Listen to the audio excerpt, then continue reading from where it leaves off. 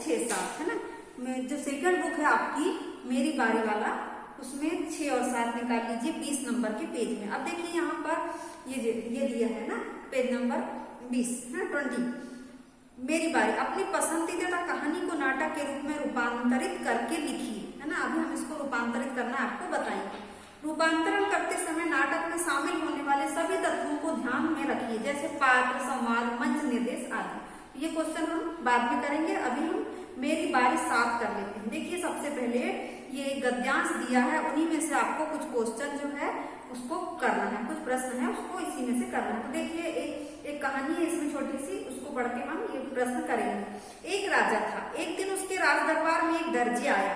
दर्जी मतलब कपड़े सिलने वाला। उसने बताया कि वह देवताओं की पोशाक बनाता है ना, यानी भगवान की पोशाक जो है, पोशाक यानी वस्त्र, कपड़े बनाता है। उसकी बनाई पोशाक ही स्वर्ग के सारे देवता और अप्सराएं पहनती है, यानी वो जो बनाता है वस्त्र वही स्वर्ग में जो देवी और देवता लोग हैं, अप्सराएं हैं, वही पहनती है।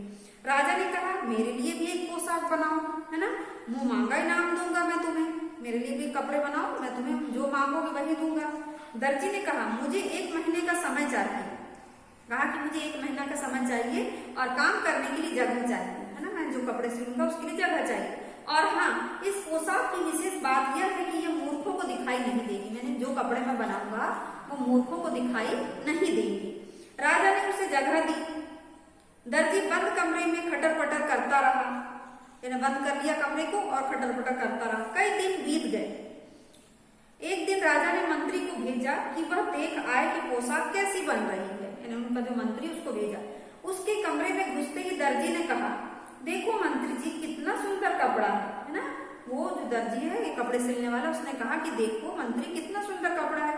मंत्री को कुछ दिखाई नहीं दिया। उसे वह बात याद आ गई कि यह पोशाक मूर्खों को दिखाई नहीं देगी, है ना।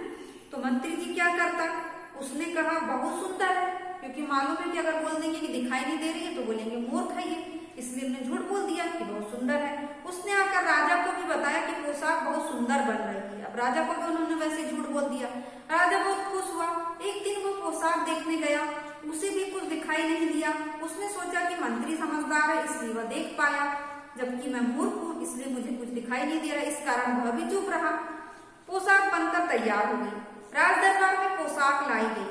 दूसरे दिन राजा को पोशाक पहनाई गई जो किसी को दिख नहीं रही थी, पर कोई कुछ नहीं बोला, क्योंकि कोई भी खुद को मूर्ख प्रमाणित नहीं करना चाहता था, यानी अपने आप को मूर्ख साबित नहीं करना चाहता था। इस डर से कि सभी हमें मूर्ख कहेंगे, अगर हम बोलेंगे दिखाई नहीं दे रही है तो बोलेंगे मूर्खों को। उसने दर्जी ने पहले ही बता दिया था कपड़े सिलने वाले ने कि जिसको दिखाई नहीं देगी उसको मूर्ख समझेगा। सब चुप रहे। राजा नंग धड़ंग होकर अपनी सवारी निकाल रहा था, यानी कपड़े ही नहीं पहना और निकाल रहा था। अब देखिए प्रश्न है, राजा के दरबार में दर्जी ने क्या दावा किया। कहा कि मुझे 1 महीने का समय चाहिए और काम करने के लिए जगह चाहिए, तो मैं आपके लिए भी पोशाक बना दूंगा। मंत्री ने राजा को क्या और क्यों बताया। मंत्री ने राजा को बताया कि पोशाक जो है बहुत सुंदर है और इसलिए बताया क्योंकि अगर उसने सोचा कि मैं ऐसा नहीं बताऊंगा तो मुझे मूर्ख समझा जाएगा। फिर दर्जी ने पोशाक की क्या विशेषता बताई कि इस पोशाक की यह विशेषता है कि यह मूर्खों को दिखाई नहीं देती। फिर पोशाक दिखाई न देने के बावजूद सब लोग चुप क्यों रहे, इसलिए चुपचाप रहे क्योंकि सब अपने आप को मूर्ख साबित नहीं करना चाहते थे, नहीं तो सभी लोग क्या समझते, मूर्ख है। तो ये आपको होमवर्क में मेरी बारी 7 जो है करना है। अब देखिए नाटक लेखन, ये जो अपनी फर्स्ट बुक है ना, ये इसमें पेज नंबर 71 निकालना है आपको। इसमें लिखा है नाटक लेखन। इसमें है कि यानी कोई भी कहानी, जैसे हमने पढ़े थे एक भिखारिन कहानी, अब उसको बोल रहा है यहाँ पर कि नाटक के रूप में रूपांतरित करो, है ना। और इसके पहले ये जो हम पाठ पढ़ रहे हैं वो क्या है, सूरज का अपहरण, ये नाटक है। तो जैसे नाटक है ये, वैसे ही अपने को भिखारिन कहानी को नाटक के रूप में बनाना है। तो कैसे बनाएंगे, तो देखिए इसको हम पढ़ के सुना रहे हैं, उसके अनुसार आप इसको कहानी को नाटक के रूप में बना सकते हैं।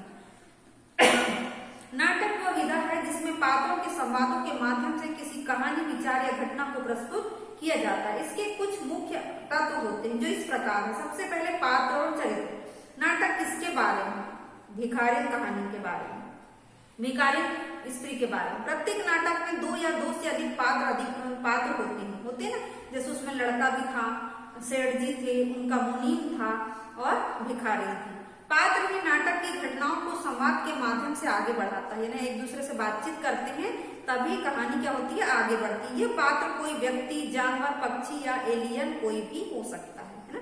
तो यहाँ पर तो चारों स्त्री पुरुष सब थे ना भिखारी कहानी। अब देखो वातावरण, नाटक में दर्शाई गई घटना कब और कहाँ हुई, यानी उस समय वो मंदिर दिखाया, राजा का महल दिखाया है ना। तो ये था, प्रत्येक नाटक किसी घटना, स्थान व समय से जुड़ा होता है। जैसे घर में, पार्क में, गर्मियों में मंदिर का दृश्य दिखाया था भिखारी कहानी में, बरसात में फिर वो जो झोपड़ी भी दिखाई गई थी है ना आदि। ये नाटक के वातावरण के बारे में बताता है। फिर कथानक, नाटक या पात्र की क्या समस्या है, क्या समस्या है कि वो जो राजा था वहां पर, उसका पुत्र गुम हो गया था और वो पुत्र जो है, वो उसका जो बेटा है वो किसके पास आ गया था, भिखारी के पास।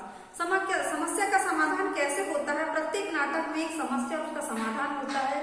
ये घटनाएं नाटक का कथानक निर्धारित करती है ना। अब देखिए, इसके साथ साथ नाटक में शामिल होने वाले अन्य विशेष तत्व हैं। कौन कौन से, मंच निर्देश, ये मंच बना हुआ है ना। नाटक का उद्देश्य उसका मंचन होता है, मंचन के लिए मंच निर्देश होना आवश्यक है। मंच निर्देश अर्थात मंच पर प्रस्तुत पात्रों व वस्तुओं की दिशा और अवस्था का वर्णन।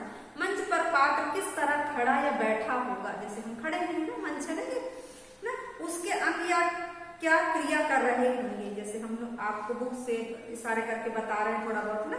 मंच पर कौन सी वस्तु कहाँ और कैसे रखी होगी, जैसे हमारा बोर्ड है ना, फिर ये डेस्क है, डेस्क पे बुक रखी, चौक रखी, डस्टर रखा है, कैसे रखी होगी आदि। ये सब विवरण मंच निर्देश के अंतर्गत शामिल होती है। जैसे बीच में सिंहासन पर राजा बैठे हैं, राजा के दोनों ओर सिपाही हाथ में भाला लिए खड़े हैं है ना। राजा के सामने एक आदमी को धोती कुर्ता पहने कमर झुकाए दोनों हाथों को जोड़कर प्रणाम कर रहा है।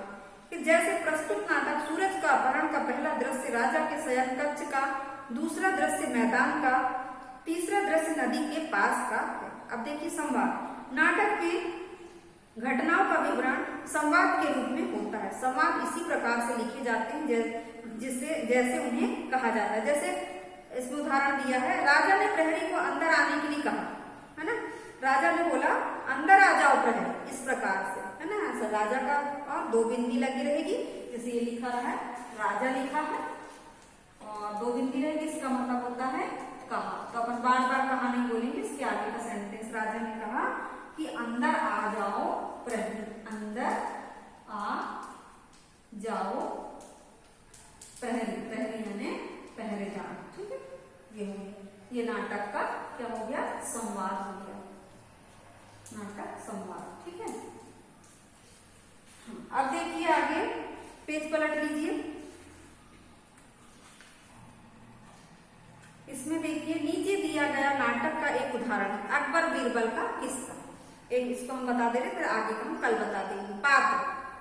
पात्र विवरण, अकबर है, बीरबल है, दो द्वारपाल है, 5 अन्य राज दरबारी है। सामग्री, पिंजरा, मोमकप, शेर, भाला, दरबार के लिए सिंहासन व अन्य कुर्सियां। अब दृश्य पहला, मंच दर्शन, बादशाह अकबर अपने सिंहासन पर बैठे हैं, बादशाह के दोनों ओर 2 द्वारपाल भाला लेकर खड़े हैं। अकबर परेशान मुद्रा में बैठे हैं, बीरबल उनके सामने खड़े हैं। अब बीरबल ने क्या बोला, क्या हुआ महाराज, आप बहुत परेशान लग रहे हैं। तो घटनाओं का विवरण संवाद के रूप में अकबर बोला, आज हमारे सामने एक बहुत बड़ी मुसीबत आन पड़ी है। बीरबल बोला, चौंक कर, कैसी मुसीबत महाराज। अकबर बोला, मुसीबत को अंदर लाया जाए। तभी 2 दरबारी एक पिंजरा लेकर अंदर आते हैं, पिंजरे के अंदर एक मोम से बना शेर का पुतला। बीरबल क्या बोलता है, ये क्या है महाराज। अकबर बोला, यही तो हमारी परेशानी है, दूसरे देश के राजा ने हमें यह पिंजरा भिजवाया है और चुनौती दी है कि हम बिना पिंजरा खोले शेर को बाहर निकाल दें तो वे हमारे राज्य पर कभी आक्रमण नहीं करेंगे। बीरबल पिंजरे के चारों ओर घूमकर पिंजरे का मुआयना करने लगा, यानी देखने लगा कि किस प्रकार बिना पिंजरा खोले शेर को बाहर निकालना। बीरबल बोला, बस इतनी सी बात, मैं अभी ये समस्या सुलझा देता हूँ, इसके लिए मुझे बस एक लोहे की गर्म सलाख चाहिए। दरबारी बीरबल के पास कपड़े से पकड़कर गर्म सलाख लेकर आता है। बीरबल वो सलाख शेर के पुतले के में घुसा देता, देखते देखते मोम से बना शेर का पुतला पिघल जाता है। सभी दरबारी एक साथ ताली बजाकर वाह वाह वाह, बीरबल ने तो कमाल ही कर दिया। धीरे से पर्दा गिरता है। एक छोटी सी कहानी इसमें बताई गई। इसी प्रकार से हम कोई भी कहानी जो है उसको नाटक के रूप में लिख सकते हैं। तो ये आप अगर कर सकते हैं तो कर लीजिए, और नहीं तो फिर हम कभी आपको एक लिख के बताएंगे और आप लोग फिर उसको बनाइएगा। आज की कक्षा हम यही समाप्त कर रहे हैं। धन्यवाद बच्चों।